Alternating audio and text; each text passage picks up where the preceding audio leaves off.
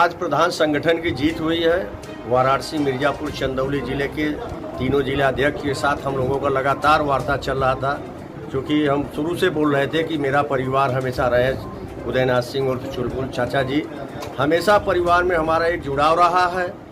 आज उस जगह पे हम लोग पहुँचे हैं, जो कि आज अपने भाभी अन्नपूर्णा जी को एमएलसी पद पे विराजमान करके आज हम लोग सारे प्रधान संगठन आके जिले के इनका स्वागत समारोह किया हो। ये जीत का श्रेय किसको देंगे?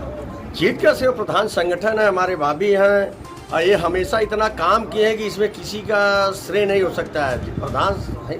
प्रधान के हित में बराबर लड़ाई लड़ी है आज तक, तो इसलिए प्रधान संगठन जितने भी थे उनका शुरू से विचार बन गया कि नहीं, भाभी के साथ रहना है। हम लोग एक साथ रह करके चुनाव में खुले निष्पक्ष मन से भारी मतों से जिताने का कार्य किया। बात की जाए तो जिस तरह से बीजेपी और सपा कह रहे थे कि हम लोग जीत रहे हैं, वहाँ पे एक पूर्ण मतलब कहा जाए तो एक बहुत बम्पर वोट से जीती हैं, तो इस पर क्या कहेंगे? देखिए, हमसे बीजेपी, सपा, बसपा, कांग्रेस किसी पार्टी से नहीं मतलब है।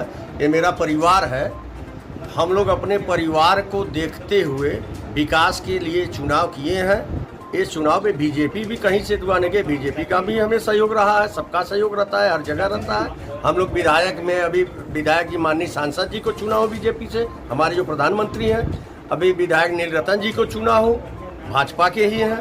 तो ये तो हमारा परिवार था। मैं अपने परिवार को मत दिया हूँ। हमारा परिवार, चूँकि प्रधान संघ की बात लोकसभा सदन में रखने वाले जो मात्र आपके सिवा कोई हमारी बात रख नहीं सकता है। तमाम समस्याएं गांव सभा में आती है।